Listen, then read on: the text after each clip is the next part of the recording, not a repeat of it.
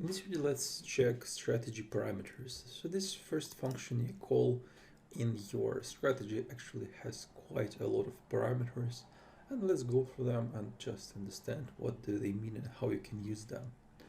So the first about 10 parameters I listed here, they're the same for indicators as well. So if you have any questions, just go to my videos about indicator parameters, and there I explain what this parameter means. So everything else is interesting for us because it's strategy related parameters, and they basically almost one-to-one represent parameters you can find in your strategy settings. So let's go to settings, and here under the properties tab you will find basically all the same parameters. You can edit from your parameter or you can change it in your code, and basically it allows you to set up some default values for your parameters. So when you kind of apply strategy to your chart again, you don't need to go and change certain parameters to fit your strategy. You just can set it up once in your code, and after that just adjust them if you need to. So here on top I have kind of some basic parameters you can use. So first of all, you can specify what should be your initial capital. So by default it's around 100,000 I think, but you can choose any number you want. Also you can change the currency for your strategy if you want to. Also you can specify what should be your kind of quantity for your orders.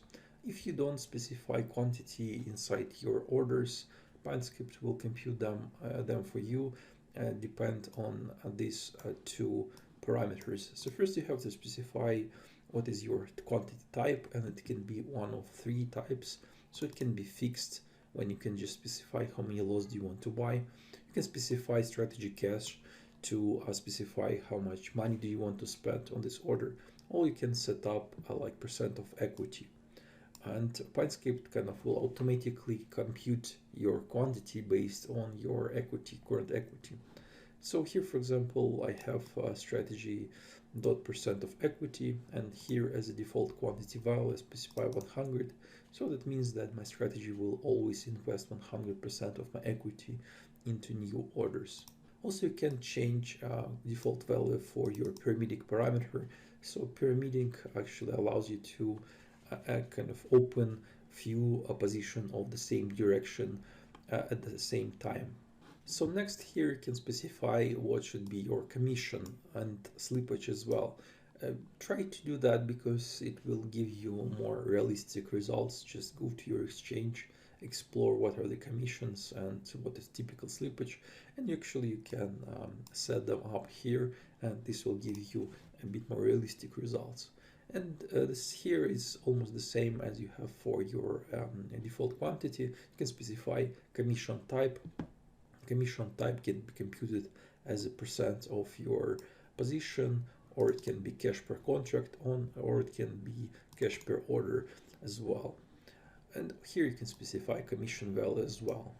You can specify slippage in amount of ticks, and basically PineScript will add or subtract this amount of ticks from your price at your order. And also here you have another pretty interesting option, backtest fill limits assumption.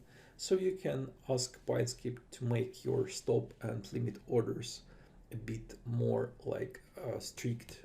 So it won't be enough for you to kind of cross your order, like stop or limit order price. You have to cross it by this amount of ticks, and this will make your strategy maybe a bit more robust.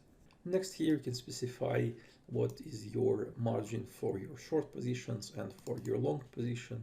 Check out your broker for this information. It can be useful for you in strategies as well. Also, you can change a bit the way how PineScript execute orders, and there are a few options for that. So first one is calc on order fills. When you set it to true after the order is filled, it will try to check all your condition and will try to execute another order. So by default it executes only one order per bar, but it will try to execute more with this condition. Calc on every tick is also an option that will allow you to execute multiple order at this for the same bar, but it works only for live data. So basically for the last bar that is forming right now, it won't work for the history. Next parameter, process orders on close. If it's set to true, PineScript will try to execute your orders at close. Because like default behavior is that it will execute orders at open of the next bar, for example if it's market order, but with this condition it will try to execute them on close. And also the last parameter of strategy function is close entries rules, and here you can choose one of two options. It's either FIFO or any. So FIFO stands for first in first out, or any. When you specify any, PineScript will execute your orders in like any order it wants.